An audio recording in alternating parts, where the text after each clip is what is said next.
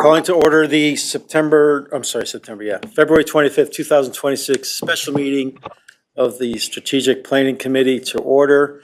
Second order of business is the election of a chairperson for purposes of a nomination. I recognize Commissioner Turini.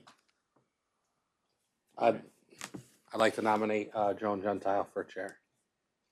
And now I better recognize Commissioner DeBella. With great honor, I second the nomination of Joan Gentile from East Hartford, Connecticut. Sorry, Bill. I'm new to this chairmanship thing. All right. So with that, there's a nomination that's been seconded. Are there any other nominations? Seeing none, all those in favor of Commissioner Gentile as chairperson of the Strategic Planning Committee, please signify by saying aye. Aye. Any opposed? Congratulations, Joan. That was a tough one. That was a tough one. No speeches. I'll see you at the fun.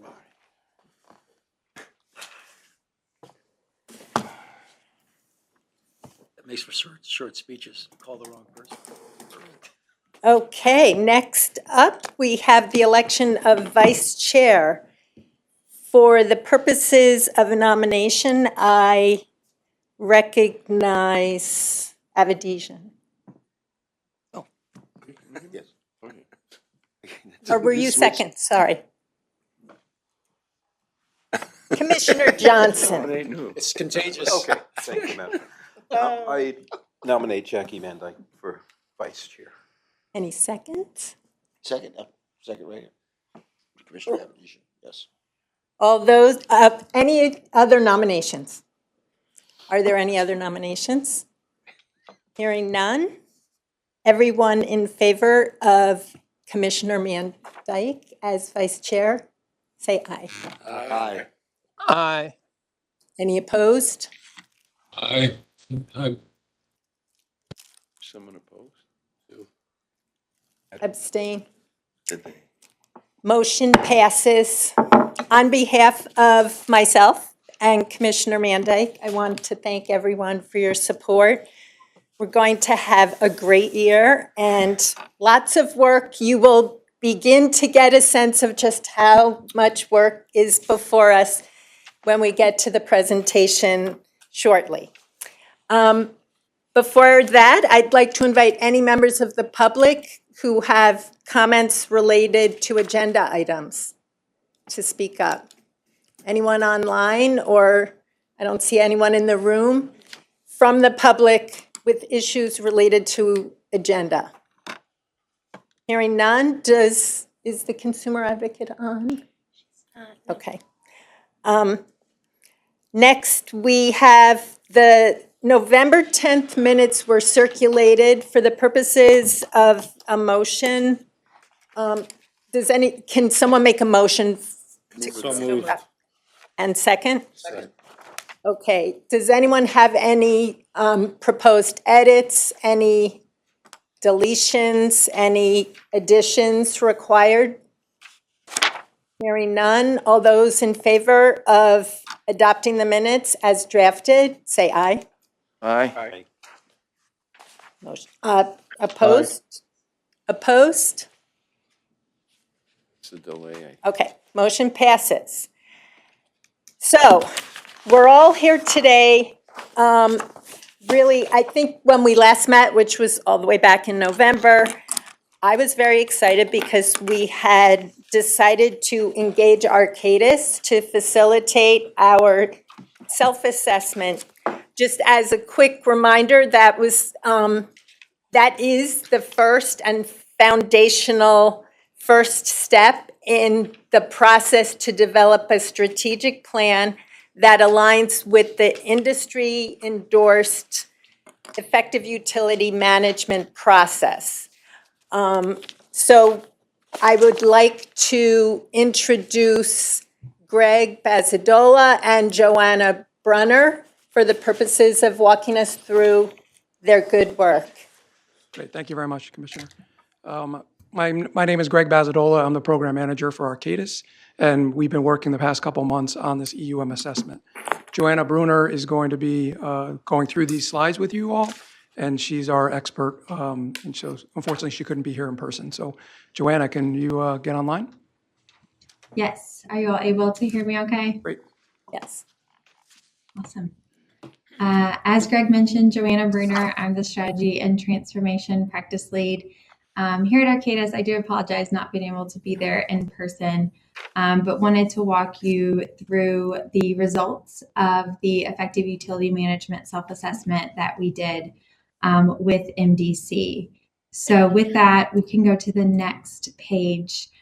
Just to give a little bit of background on the project, we really took a kind of data-driven approach to accomplishing the self-assessment that we did with MDC. And so we'll kind of walk through that process really to understand the current performance at MDC, as well as using that information to identify priority areas or focus areas for improvement in the future that really can help inform kind of the next steps that we typically see with a strategic plan.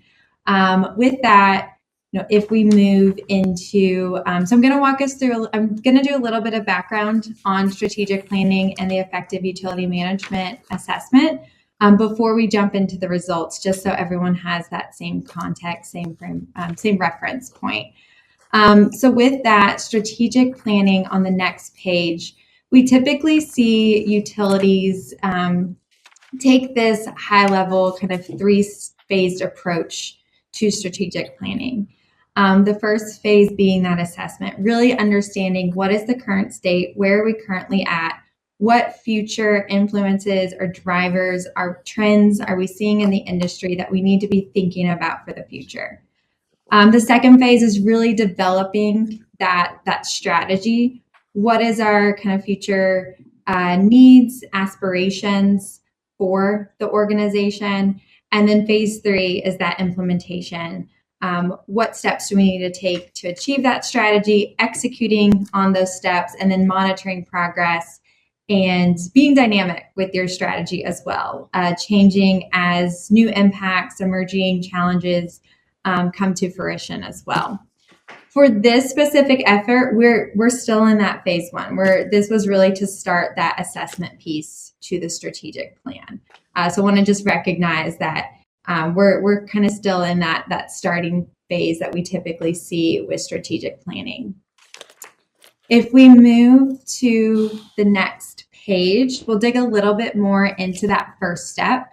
About evaluating that current state and those future influences. It's really important to build that solid foundation for that informed decision making, making sure that your strategic plan is realistic and aligned with those organizational capabilities, but also responsive to that environment that MDC works in today. Typically, tools that we see utilities using in the assessment phase is what we call a SOAR analysis. So very similar to SWOT, but the SOAR is strengths, opportunities, aspirations, and results. It fosters kind of that more positive and forward-looking approach to strategic planning by really prioritizing aspirations and desired outcomes. We also see many utilities using the Effective Utility Management Primer, which in self-assessment, which I'll actually go into more detail in the next slide. And then also engaging staff and kind of helping co-create the strategic plan with staff at the organization to really help build, not only gather their perspectives on the future of the organization, but help build some momentum, ownership of the strategic plan to really make that implementation piece a little bit easier, that adoption of these changes or new practices. So we did try to have a flavor of all three of these in our engagement with MDC to kind of, use the tools we typically see in this assessment phase. So you'll get to see the results of these, obviously, in this presentation today. As I mentioned, I did want to, since the focus was the EUM self-assessment, I did want to spend a little bit more time on kind of where this assessment comes from. This is a water utility management approach that was developed by utilities for utilities, as well as the US EPA and 10 of the water sector organizations, including NACWA, the Water Research Foundation, AWWA, WEF, and it's really one of the most widely recognized kind of management programs for utilities we see in the United States. It helps utilities really comprehensively assess the operations and identify those paths moving forward. It was originally published, I believe, back in the early 2000s. It was first updated in 2017, and then most recently updated in 2024.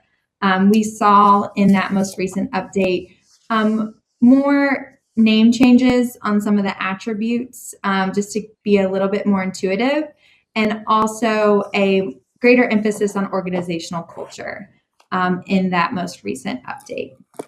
The key component of the Effective Utility Management Primer is the Effective Utility Management Framework, which you'll see on the next page. And there's really 3 components of this framework. The first one is the 10 attributes.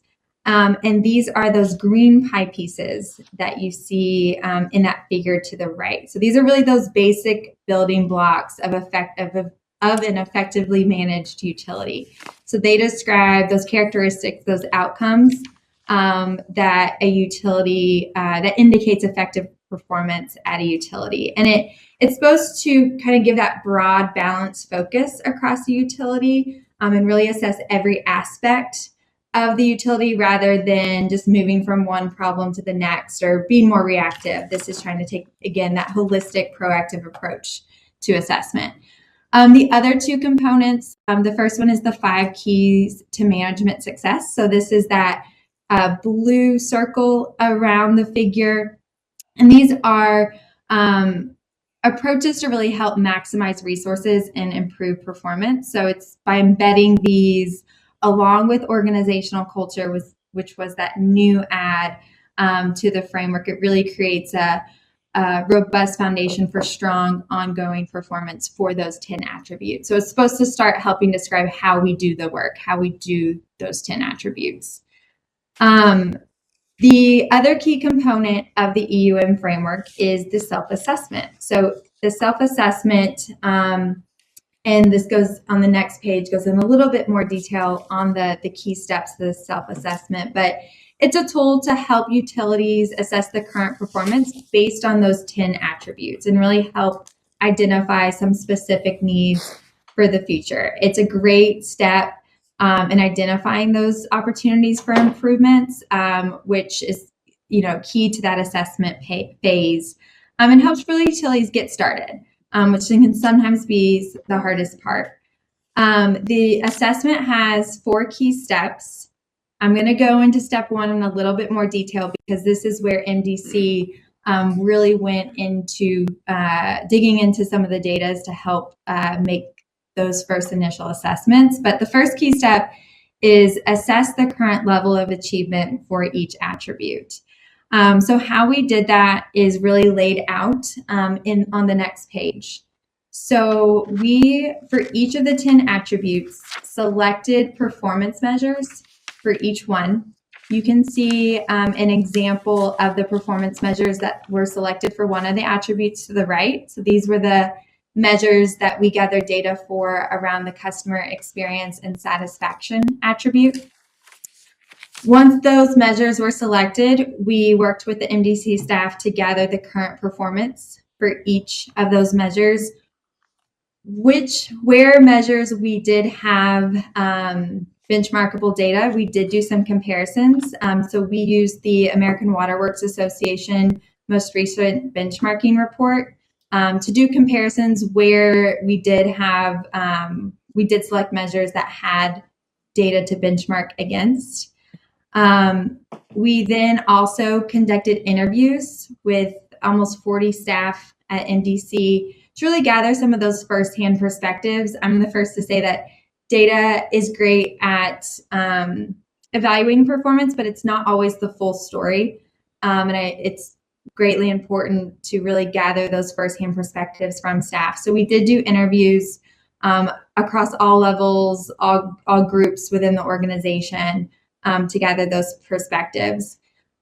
We kind of aggregated all of that information and used that to assess each attribute on a scale from 1 to 5, which is the standard according to the EUM self-assessment, 1 being least successful, 5 being high level of achievement for that attribute.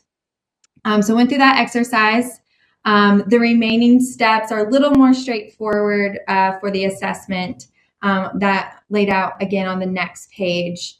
Once we did that assessment on the level of achievement, step 2 was to rank the importance of each of those attributes. So we ranked them from 1 to 10, 1 being the most important, 10 being the least important. They are all important, but relative to each other, if we had to force rank them, we forced from 1 to 10.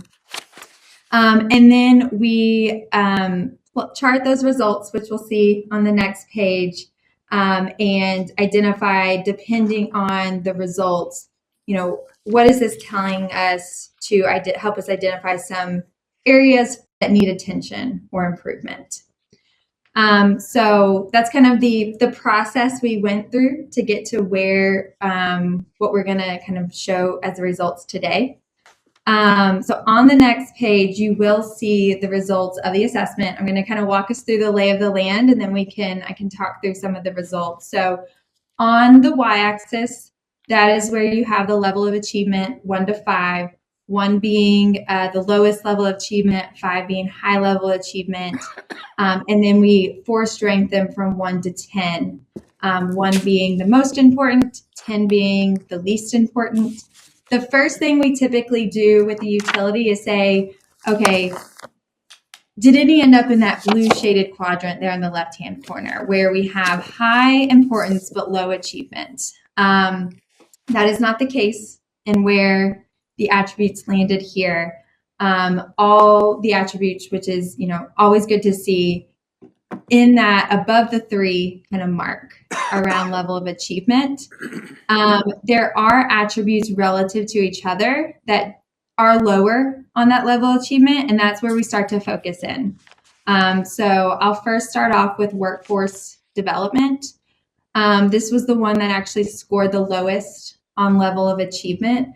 When we dig into the data, and you'll see some more of this when we present some of the interview or staff perspectives, but the data is telling us here, 34% of the workforce is eligible to retire in the next 5 years, which is in the low. And when we even looked at some benchmarkable data, lower percentile.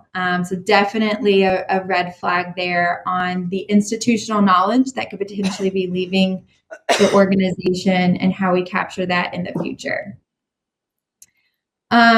We also saw in workforce development some opportunities for succession planning, which is related to that institutional knowledge piece, formalizing some of our kind of collaboration and retention areas as well. The other attributes that scored lower relative to the others, we also saw financial viability kind of scoring a little lower, and it's also ranked as one of the highest attributes. The data around financial viability, the Service Affordability Index was one of the measures that we looked at, which is supposed to help measure kind of, like it says, the affordability of our services. So it uses the kind of average monthly bill against the median household income in the area. And we did do kind of a weighted average based on the different kind of communities that MDC serves. And many of the communities do have a very low median household income and really drove some of those data points down. So compared to other organizations, that was kind of a lower data point that we were seeing. But other than that, a great bond rating, great collection rate, a very robust and mature customer assistance program as well. So, still a high level of achievement, but if we had to nitpick, getting into some things.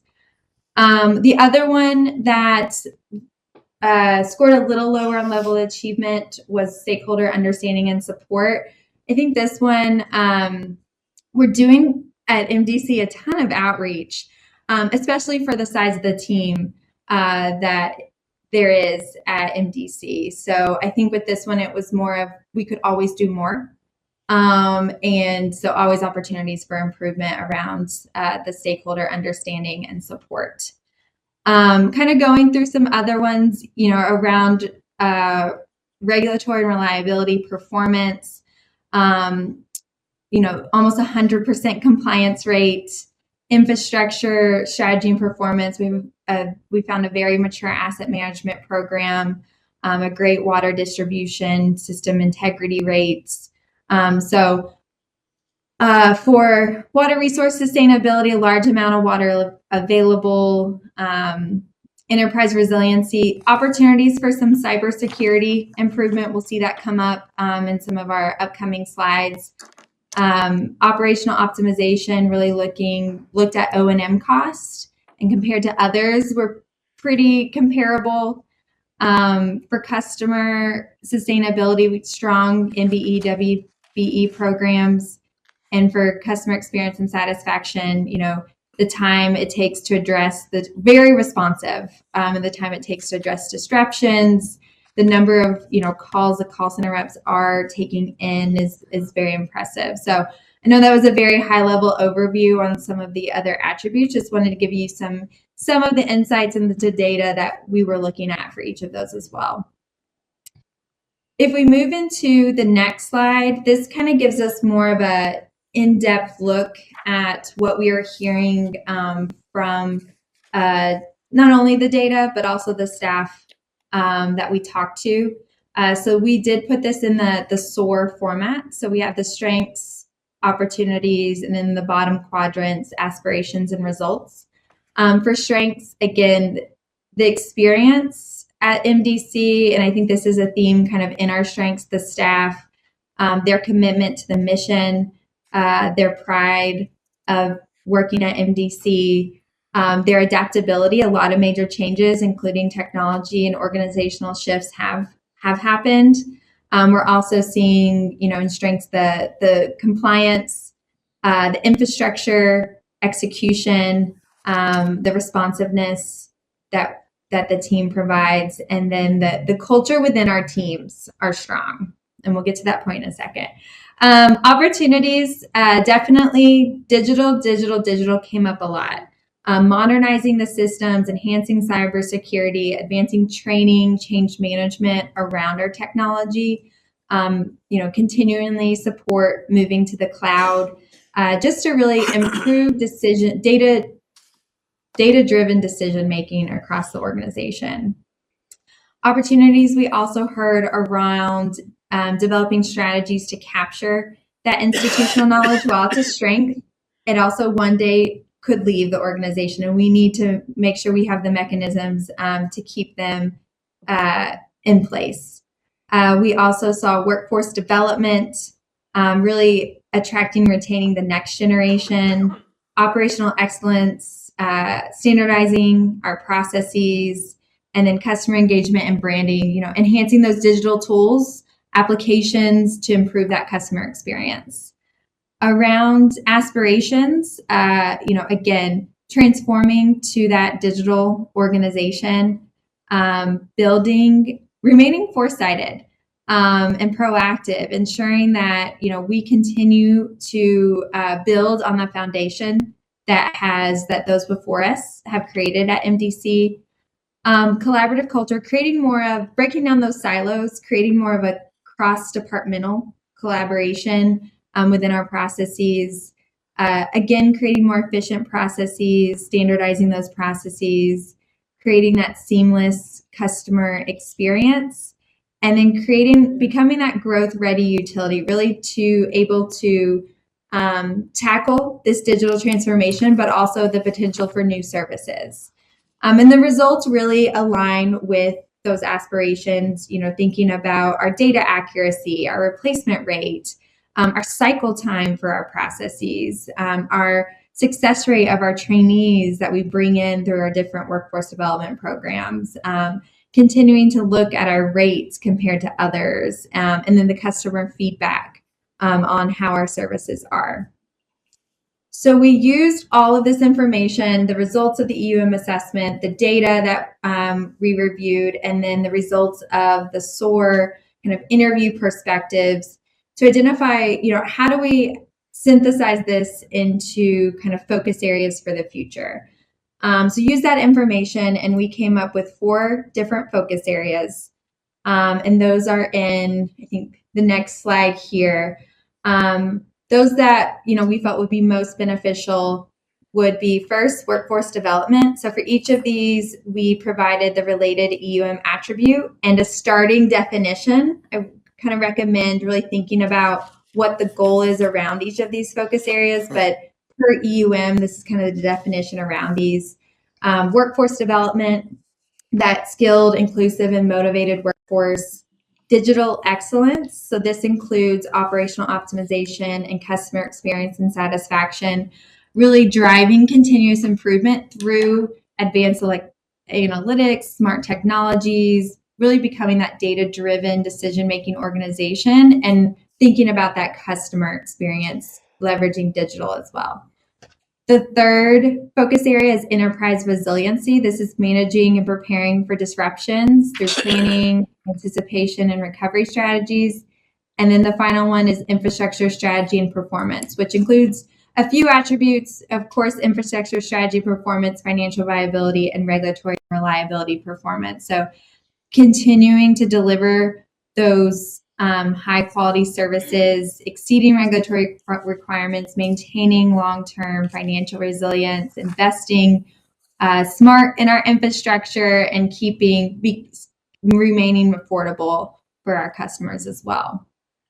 Throughout this process, we did hear a lot of potential practices that could enhance each of these focus areas, so wanted to provide those as well. So in the coming slides, I won't go through them in too much detail, but these are some of those potential practices for improvement that are related to each of the focus areas. So if we go to the next page, for workforce development, some of those practices including strengthening our succession planning, enhancing career development and training, enhancing our recruitment outreach and the channels that we use for recruitment, assessing and balancing our workloads, improving collaboration, modernizing our hiring policies, and then continuing support of trainee positions. So again, these are all potential, just so we're not starting from a blank sheet of paper as you move into the next phases. We just wanted to have these documented kind of for moving forward.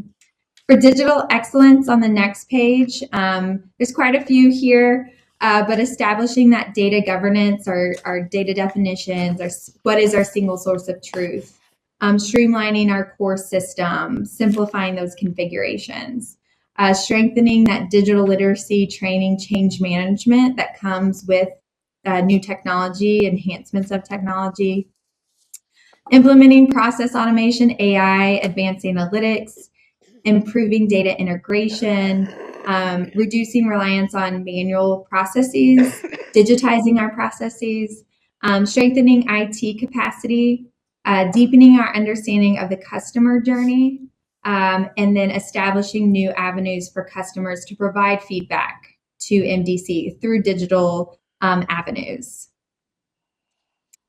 For enterprise resiliency, some of those potential practices could be establishing schedule and governance process for regularly updating our cybersecurity policies, procedures, etc. Strengthening our cloud migration, kind of continuing that process. Conducting a full disaster recovery and business continuity exercise. Formalized documentation, getting those together in one place of critical processes. Address our aging workforce risk. We understand we have an aging workforce. How do we mitigate that? Through safety, well-being initiatives, and then consider an EH&S tech platform just to improve that tracking kind of data capture and monitoring. And then the final potential practices under infrastructure strategy and performance, continue the focus on the Clean Water Project, the integrated plan, and the Water Master Plan program. Review our asset management level of service metrics. conduct a detailed water audit, strengthen our regulatory readiness, improve our bill and fee structures, and develop financial strategies to mitigate future rate increases. So again, just so we're not starting from scratch, wanted to have these documented for your reference as well. And then the final thing we had today in our presentation was just potential next steps. So as I mentioned, kind of this was the first phase of developing a strategic plan. Typically, where we would see organizations going from here is to use this to develop that strategic plan. So validating these focus areas, really defining them, and then using that to identify the objectives to support achievement for those, and building and getting more granular, what are the milestones and measures to support the objectives and the focus areas as we move into implementation, and then thinking about how do we manage this strategic plan during implementation and monitoring kind of in that phase 3? What does that look like? So it's just further building this out into phase 2 and 3. So with that, that is everything that we had, at least content-wise. I'm happy to answer any questions. 5 minutes, Chair. Sure. I thank you. This is Scott Jellison. I would like to just add, thank you for the presentation. I just want to make sure the commissioners understand this is a self-assessment. So our staff, ourselves, are saying this is what we are doing. We're measuring ourselves against the industry standards with actual data, but we're looking for input from this committee, right? So we have ranked the 10 attributes, and we felt our staff feels this is the most important. The commissioners might agree or disagree with that, so we're looking for input from the chair, vice chair, and the committee to say, well, what about this attribute? You rank that low. So we're looking for feedback. And the same thing with the 4 focus areas. The committee might not agree with that. So we're not trying to set, we're just assessing ourselves, looking for feedback from the committee. Thank you. Thank you. Anyone want to weigh in? Any questions while we have our EUM expert here? Thank you so much, Joanna. Really appreciate it. Anyone have any questions for Arcadis on the process? And or to Scott's question, concerns or questions about the ranking and was there a particular area you expected to be in the center of focus, and why? So this is an opportunity, and you don't need to speak now or forever hold your peace. I know this is a lot to take in one meeting, but I think while we have Arcadis here, it's a good idea to at least present any questions you have about the process.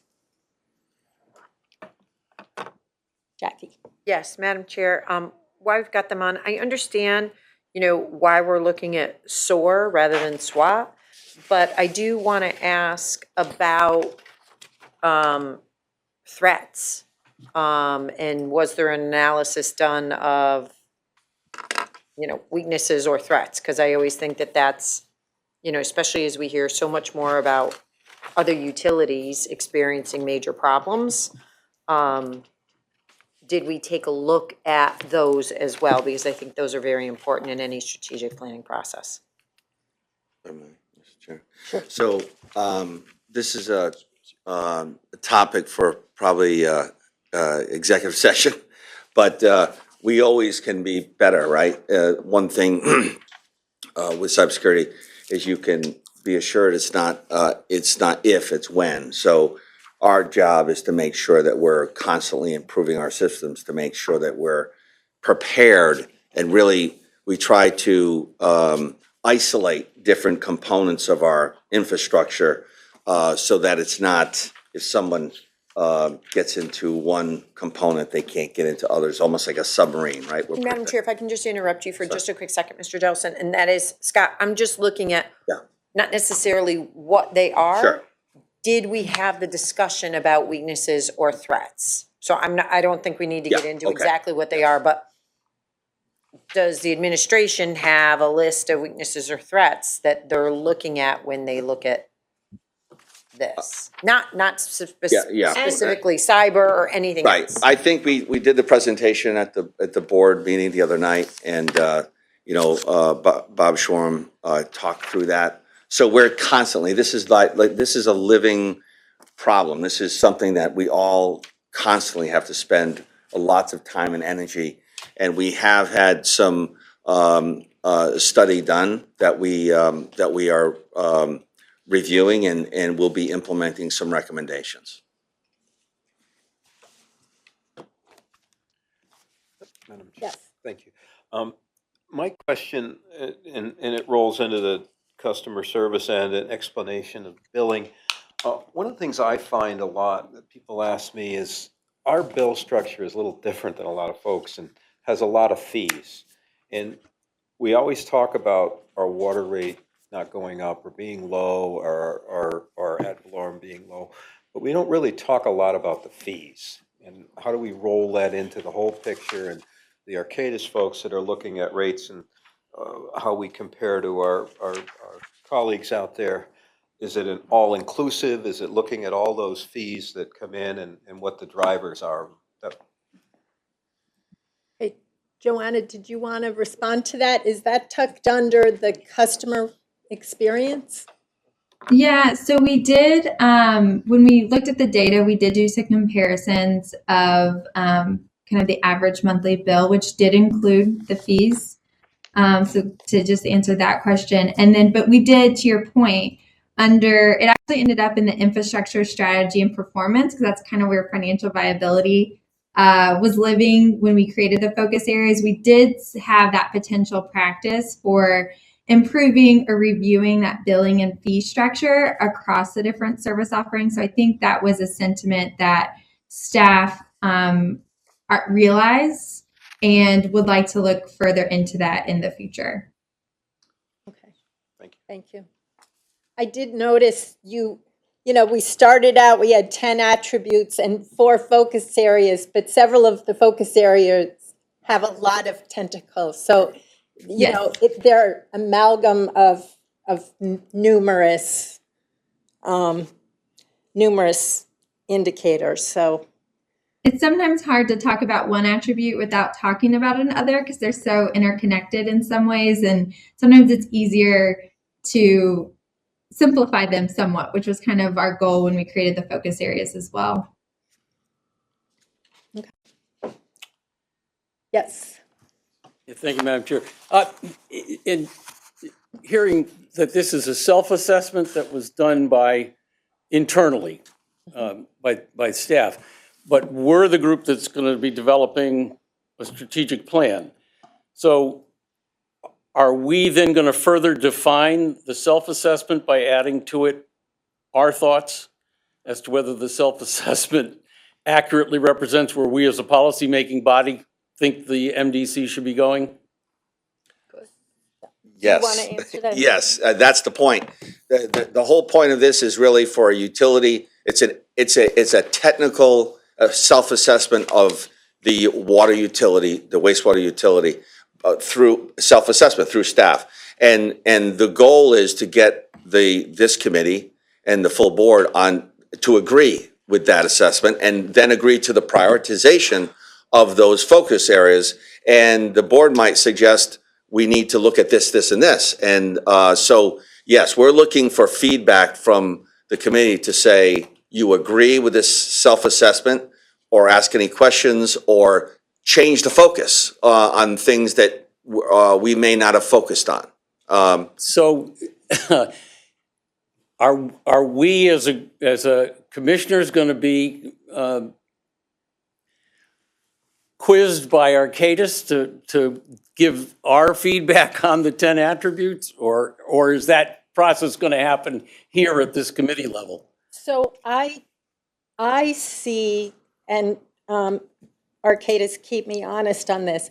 I see the way the UEM structure was articulated and how it has been adopted in practice is the self-assessment is really the subject matter experts within the district who could speak to what internal controls, what processes, what procedures do we have that support each of these 10 attributes that the industry has identified as the hallmarks of an effectively managed utility. We're not in a position to know, how are we measuring customer service? Do we know if it, that's something our internal subject matter experts know best. Where I think we can add value or our own imprint is helping shape where the areas of focus should be. So the strategic plan is going to be based on this self-assessment and how we aligned with the 5 scores. Score 5 being the perfect score, or 100, if you will, and then the relative importance. So if you disagree with the forced ranking of where something belongs in the prioritization, or what is being suggested as the primary areas of focus, that's where I think we have more say than how are we doing today. We don't really know. That's why we've adopted this program, because it's something that our competitors are using, and it's all pretty much done the same way. You can correct me if I'm wrong. So, no, but to your point then, Yeah. are we discussing that tonight, or is that? If you have input, yes. So, But again, it's not. I don't know that I fully thought through, Yeah, but a very quick observation of the way in which things were ranked. And I don't even know what difference it makes how they're ranked. So this is why I'm not really clear about all this stuff. But my initial observation of how things were ranked were that the things that were ranked lowest here, 8, 9, and 10, were all the things that had to do with customers and community.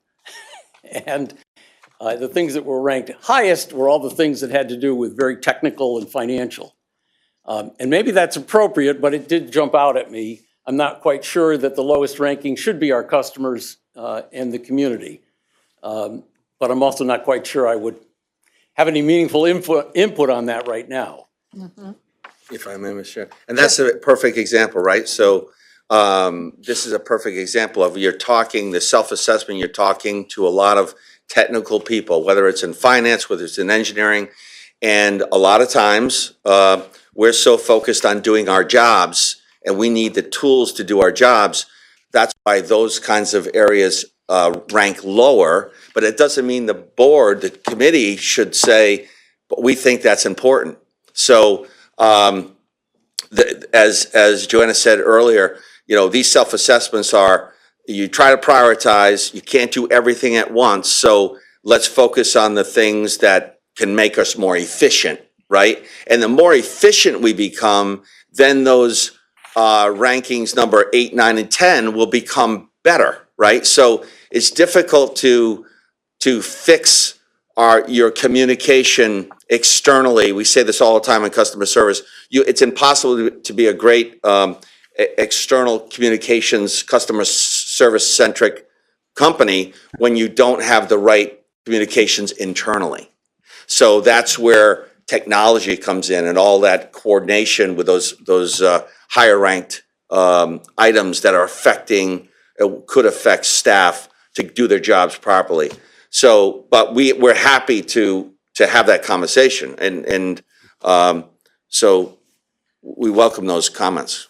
And I apologize, but if there's any comments that you have in addition, happy to send them through John Myrtle and Victoria. and we will make sure that we get those answered from Arcadis. This looks more like a measurement of productivity, Correct. and Yeah. it's a budgeting process. It affects everything, right? So it will, and that's where the strategic part comes in. So once we do these assessments and we bring these focus areas in, and we get buy-in from the committee and from the board, now you're saying, okay, now what do we need to do to fix these things? And it takes money, human resources, financial resources, and planning and all that good stuff. I would assume that the best approach would be that you work with the finance committee, because most of this is measurement of productivity and how you're going to spend money. And if you can put together this kind of an approach, it makes it easier for the board to understand what you're trying to do and where you're trying to go. So don't you have to have some coordination? Well, I would, if I may, Mr. Chair. Absolutely, right? So what's going to happen is we're going to agree at this committee level to what's the focus, what's the priority, and that's going to allow staff to start to figure out, for example, I've already mentioned this, technology, right? We've talked about this. You have to spend money on technology. It's very expensive. Going to the cloud is extremely expensive. We've been working on this for a number of years. We're actually doing a master plan now. We implemented this year's budget, we identified a number of new positions that will be full-time staff that will be working on our enterprise system to improve the system. Presently and prior to, we had completed the SAP upgrade in 2020, and then we assigned existing staff to work part-time to do exactly that, to make sure the system's continuously upgraded and training and all those good things. It needs a focus, so we added in the budget this year additional positions that we will have full-time staff working on that very task. Those are the kinds of things. It's a budget impact. It has to go to the full board. It has to go to finance. And this is what will come out of these kinds of assessments. But Scott, Yep. excuse me, through the chair, I think you're right, absolutely right, but it's going to be a tool for the Board of Finance to be able to adopt a budget. And you're gonna Absolutely. either have a committee of strategic plan sit down with a committee of the Board of Finance and then go through, because this is really time-consuming. Sure. And that's the process to measure what you're spending money on and productivity. And I think you're going to have a committee that you work with the Board of Finance on something like that. Because as Scott said, technology is changing so much that the addition to measurement through technology becomes a critical issue. And we've grown technology in this company enormously. When we think of going back 20 years ago when we started with, what was it, send another check, what was the name? The technology we were putting in. SAS, This computer system. software as a service. Software system, yeah. SAS, yeah. But the initials came out to Yeah. SAP, whatever it was. Mhm. But it's measurement and productivity. Yep. And I think it's a fantastic start to bring, we've never really looked at it from this perspective. Yeah. How much you spend and why you're spending the money. Exactly. Commissioner Trini? Through you, Madam Chair. So how many people were actually talked to about the assessment through the MDC, like the amount of people that you surveyed? Joanna, you said in your presentation you interviewed 40 staff. About 40 staff, yes. And those similar staff were included kind of in the assessment effort as well. And so that the staff that is being interviewed is the staff that actually has the data, right? And not only are we looking at the data, but you need to talk to the people who actually collect the data, the people who are actually involved in the day-to-day. And then we're measuring that data against the industry standard. And those rankings, 1 through 5, is how we measure ourselves in terms of what we're actually achieving. So on the metrics, that's why I'm curious, is number 9 with customer experience and satisfaction. Do we do any type of customer surveys, whether it's digitally via text if people are paying their bills online or speaking with representatives? Do we have any type of digital footprint for customer survey satisfaction? Kelly, you want to answer that? I can do that. Can I sit? Yes, please. Okay. Through you, Ms. Chair. So that was one of the items, customer survey, like outside customers. That's one of the aspirations that that it was identified through this survey. We don't have a customer survey right now that goes out to our customers. One of the beauties of the next generation portal that we're looking to implement would have those types of features. We're just not there yet. But I can say that with our upgraded portal that we have and the payment application, the Pay app that you have on your phones, if you've downloaded that, there are ratings on there, and we're at like 4.9 out of 5 ratings on Apple and on Android, both, for those who are using our Pay app system. And there are some comments on there. So I like to tout that, but that's one of the things that we have as an aspiration and one of the recommendations that's in, It's under digital generic. excellence, so it's Yeah. one of the 4 focus areas. Yep. Which I wanted to bring back to you, Commissioner Gale, because as I was noting before, these aren't just 4 out of the 10 attributes being focused on. Digital excellence has to do with operational optimization, which was ranked 7, and customer experience and satisfaction, which was ranked 9. So I want to make sure people are reading the full definition of what is included in each of the focus areas, because they're painted in a much broader scope. Commissioner Avedisian? Thank you. The only thing I would suggest, and I'm not sure whether I heard this right, but the commissioners haven't been talked to. I think in one area, which is customer service, the experience, I think they should be. They're the people that get the phone calls. I mean, I'm assuming when there's a problem, town calls them, they go in. At least I know I do. I go see customers when there's an issue. That's kind of a level that you'd want to listen to. They're out there, they're hearing, not that they're right, not that they're wrong, but what they're saying and how we can improve on that. Because a lot of times you hear things that were said or done, we'll say, that I wouldn't necessarily do it if I was on customer service. But on the flip side, they also, exaggerate, and we gotta filter it out. So I really think that the commissioners themselves, if they want to, should be.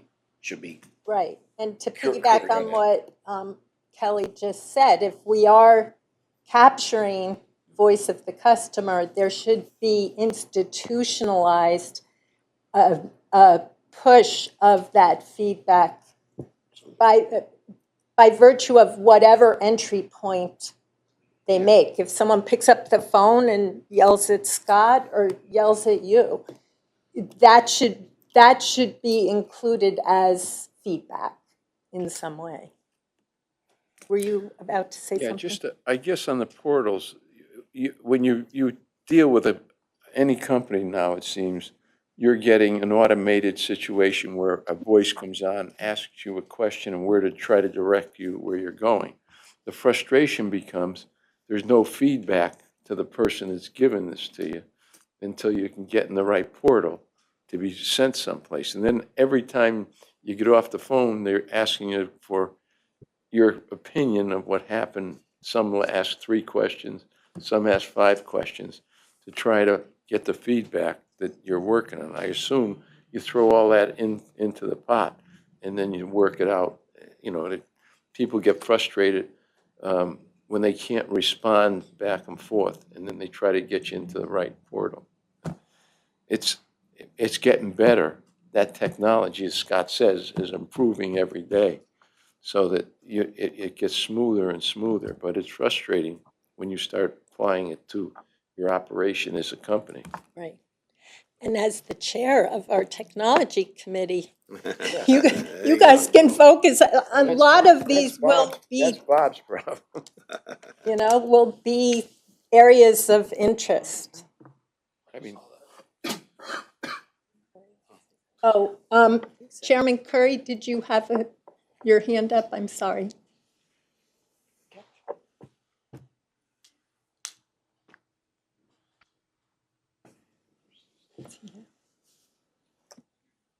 You muted?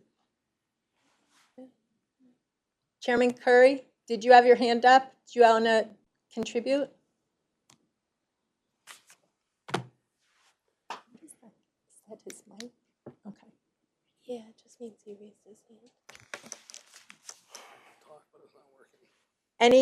Any other comments? Feedback? Input? Yes. So having dwelled on this a little bit now, I will talk a little bit about community sustainability. I'm not sure I even understand what the concept is, but what it says to me is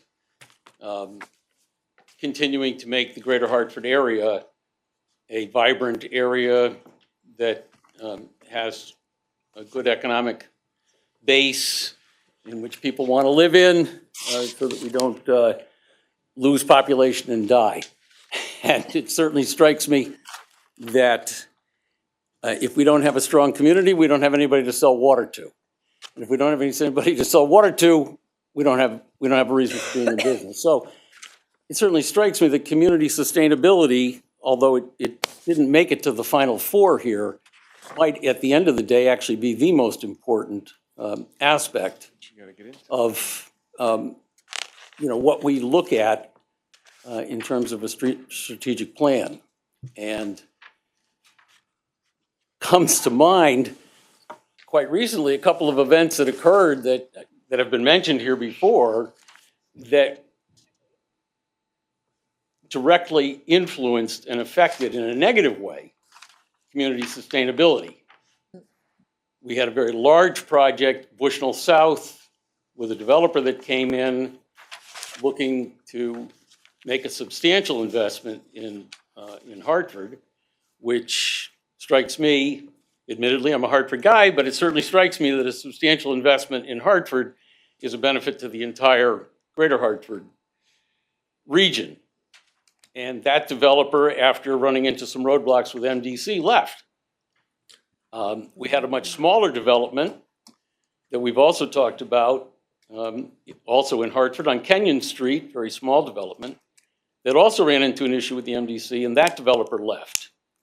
So in both cases, the city is left with situations where we have undeveloped land that's just sitting there now, hoping that we'll get some development. And the MDC, I mean, I've been part of these discussions. We've all been part of discussions making corrective actions. But it does bring it up that if we're going to look at a 10-year strategic plan, how do we plan to make sure that these kinds of things don't happen?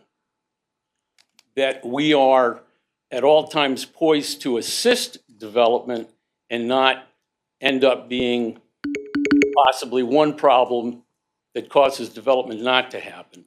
And I see Scott, I'm not looking for a response, and I'm not saying the MDC is 100% responsible for Bushnell South, but it did have an input. It did have an impact on it. It did, but But I'm just raising that as one commissioner's response to what it would strike me would be very important in a 10-year plan for, and I'm now that I've got it, I'm going to go back a little bit. One of the things that has struck me, having been on this commission, is the fact that it appears over the years that there has been underinvestment by the MDC in the Hartford sewer system. That's directly impacting the two projects that I just mentioned.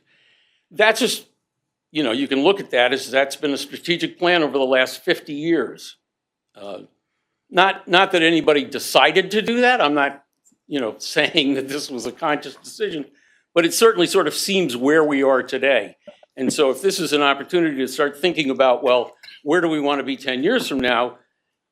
Okay, in terms of community sustainability, maybe we need to look more at how do we invest in our infrastructure? And I know infrastructure's how do we invest in the infrastructure so that we don't find ourselves in a situation where we are an impediment to future development.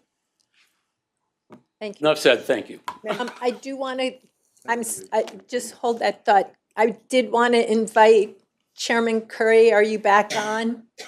I am back on. Okay. You have the floor. Thank you, Madam Chairperson. This is really exciting stuff. We started with the climate study and we morphed into the strategic plan and then the self-assessment.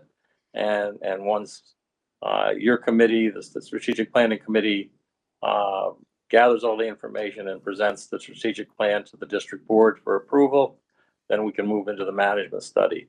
I don't want to get lost in the individual program projects. This goes well beyond that. This is, it's a big picture type item. And it's very similar to the climate study in the sense that we're not the experts. The district board, PPI and the district board agreed to bring on this consultant to be the expert and to conduct the self-assessment to, in the end, complete the much needed new strategic plan that would then go directly to the district board for review and approval.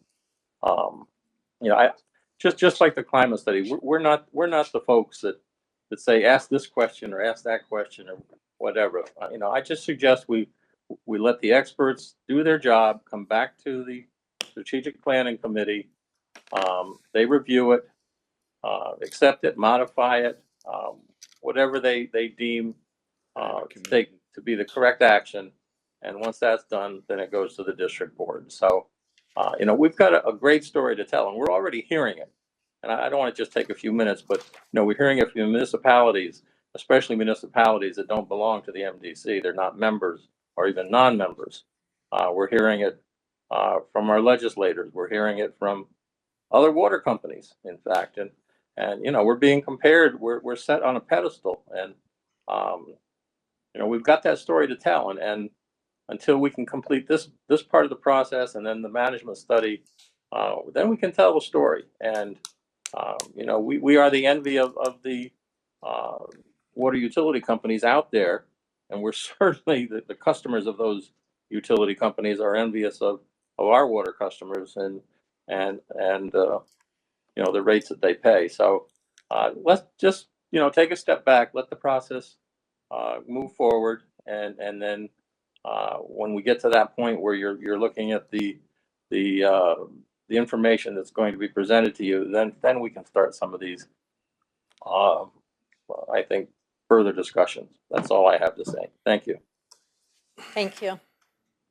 Commissioner Van Dyke. Yes, thanks, Madam Chair. I just want to point out, I think Commissioner Gale was really onto something, and I think it's something that we didn't see in here, and that is the role of MDC in economic development in our region and the focus on that. And what should our role be in economic development? I think Bushnell South and the creative way that the administrative worked with the state to look at trying to upgrade the systems to therefore help the development on Bushnell South was creative, was timely, and hopefully it will help bring somebody to the table. So I loved that occurred and that we did that. And I would like us to think more about how can we look at and see ourselves as a driver of economic development in this region, whether it be getting houses back up and running that are abandoned, new houses built, or whether they be larger scale developments that we see in Bushnell South. So I think that's one thing that I didn't see in this that I would like the organization, the MDC, to really focus on a little bit as far as what is our role in economic development and how can we be more proactive in that. Commissioner Gale, I think that's where you were kind of leading to, if I could. Oh, yeah, Say no, so? I agree. Yes, and Scott Jellison, I'm not going to, Commissioner Gale, I'm not even going to respond to your comment. But what I would say is, and I agree, thank you for that comment. We went through extraordinary efforts to actually get that grant, and we did receive, and Chris Stone is working with their attorneys to get that grant, $3 million in place for that project. So that's a great win for us. But I agree 100% with Commissioner Gale that this is a great topic of how we have to change a lot of ordinances. We just changed a lot of ordinances that really affect stormwater. And stormwater is going to be the driver of development in our 7-member towns and Hartford. Stormwater is the problem. And if we don't address it, it will impact development in all of our towns. So deciding whether or not the MDC, changes its ordinance to allow us to share in the cost of a developer's project, which presently doesn't allow, for the sole benefit of that developer. We also have other ordinances within the towns, including Hartford, which are more restrictive than our ordinances relative to stormwater. So it's a big topic. We agree. You saw the article in the paper the other day regarding the Hartford and the sale of the Windsor property, which is great. All of these developments are turning, or these commercial properties are most likely would turn into residential, which is excellent for the MDC. But we have to, and I will be talking about this at the board level, we are going to be bringing in I've talked to almost all of the town managers, talking about the stormwater issue, talking about our new ordinances. As you know, we consistently talk about the stormwater that's coming into our system illegally from our 7-member towns, which is impacting Hartford, which is impacting that $10 million a year, which it costs, which all towns are paying as it relates to treating that wet weather flow. We have now implemented a new ordinance, which actually is by design as part of the West Hartford 1700 and 1800 project. And so now developers have to pay the MDC to reduce wet weather in their town so Madam that they can Chairperson, point of order. discharge this water to our system. Point of order. Yes, Chairman Carter. Yeah, I think we're getting off track on what our task is at hand. Okay.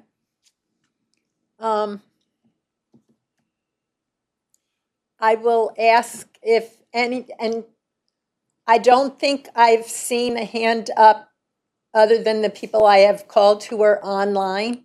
Is there anyone online who has observations or questions in particular for Arcadis while we have them here with us? Madam Chair, Yes. I do have some questions or concerns, but I don't want to, voice them just now. I want to, absorb this a little bit more, and I'll send you and the committee a memo on those, please. Okay, so not specific questions for Arcadis at this point? No, Commissioner? no, thank you. Okay. Thank you, Madam Chair. Thank you. Anyone else in the room have input they want us to consider? And again, this is not speak now or forever hold your peace. There are people that were unable to attend today who may have input. So if you don't mind being open to the possibility that there's some more questions that I may need to pass your way in the near term, I will do so digitally. Okay. Anyone else? Okay.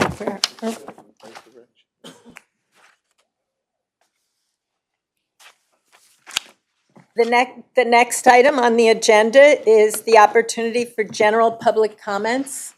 Are there any general public comments? Doesn't have to be related to today's agenda or the strategic plan process.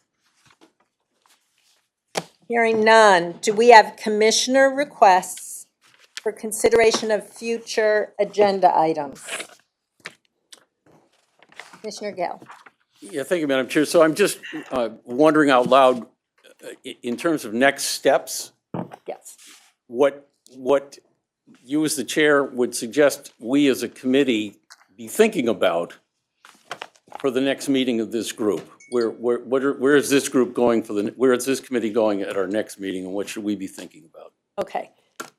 So I really am very grateful for the heavy lifting that Arcadis and staff has done to do the self-assessment. I think I'm interested in feedback, and I want to encourage everyone, I forget what page this is, but the future strategic focus areas, which look like we only picked 4 out of the 10 attributes to focus on. I want people to look at not just the forced ranking on the spreadsheet that was used for what level, what ranking we had, as well as the forced ranking of the 10 attributes. But are we comfortable, and we had some very specific feedback for potential inclusion. The door hasn't closed on that. If, like this, the cyber threats, et cetera, I would like to keep a list, and when we come back together, collectively discuss them and reach some kind of consensus about the comfort level that we feel these 4, I'm going to call it 4+ areas of focus, because I really see it as more than 4 of these attributes that are included. But if you feel like there's a glaring, this is important, and we want to make sure things that we highly value and think should have consideration for attention when we're building out the strategic plan, because the whole point of the strategic plan is to make sure we're focused on the most important things, the most impactful things. So if people could turn their attention to that and provide that feedback either through John Myrtle or Victoria, so that we can have that as part of the agenda for our next meeting. And for those of you who are returning to this committee and got used to the fact we didn't meet much, that's off the table, because we have a lot to do, and I see this. Little steps. Yeah, very little steps. But I think we need to have a cadence of meeting that's far more frequent than, I forget how many we had last year. But now this is where the rubber meets the road. So if anyone has a particular interest in working on the strategic plan, I'm all ears. So does that answer your question? It does, but I have a follow-up. And maybe these are things that were previously given to commissioners, but I think it would probably be helpful, in line with what you just said, for us to have whatever expansive definitions there are of each of the 10 attributes. There are. We're looking at, enterprise resiliency. It would be helpful if enterprise resiliency is more defined, then that would be helpful if it was sent out to all of us. Okay, I can do that. It has been shared. I'm sure it's an open text, but it's worthy of a new attachment or link to wherever it resides, because it's been around a long time. But I think since then there've been some fine tuning that I want to make sure everyone is looking at the same thing. So I will take that as a takeaway. Thank you, Madam Chair. Okay. Yes. Madam Chair, so I just got one thought now, as we've been talking about, the 10 attributes and where everything sits, and we have the 4+, right? But there's some on the, not on the 4+, that have room for improvement on the achievement level, and so it's kind of hard to see why they're not in that 4+ category when it's clear that they can use some improvement, and we don't want them to fall in that, like, you know, blue box kind of, so to speak, or, you know, fall below the line. So that's something that we need to, you know, kind of watch. Okay. So I started circling things, and now I don't know which circles are which, but if, Joanna, if you're still on, I think one of the attributes that didn't make it into the 4+ strategic focus areas was water resource sustainability, which actually on the assessment score is very high because we have a lot of water. We're probably the envy of, to Chairman Curry's point, probably the envy of a lot of other utilities about that. But what are the other attributes? I believe the other one is stakeholder understanding. Community sustainability, I believe. Right, is- in community sustainability, which I know got folded under the digital excellence as an area of focus. So it's really, could you speak to why those two were left out of the 4+? Yeah, so I think 2 points to that. With strategic planning, you know, what we always advise is if you focus on all 10, you're not really focusing on anything. And while that's, you know, it is, you are trying to be strategic and trying to understand what are our focus areas for investment, what do we want to concentrate on in this time span. And while you don't want anything to decrease in level of achievement, you're hoping that your current processes and procedures and policies are going to maintain that performance. For those two specifically, for water resource sustainability, like you said, you know, we have a lot of water. So it wasn't when you do see those definitions for those, that one's really about kind of your supply. And then with stakeholder understanding and support, while it did score on the lower level achievement, we were seeing it on the lower end for level of importance as well. Not saying that can't change, and I know even some discussion today may disagree with that sentiment, but there is, you know, when we were looking at everything that the team at MDC was doing on outreach and communications, they did feel like it was a lot of effort was being put into that currently. So it's not ever, it's just maintaining more of kind of what we're doing in those areas. So, you know, there just seem to be more important focus areas for the future compared to relative to the others. Okay.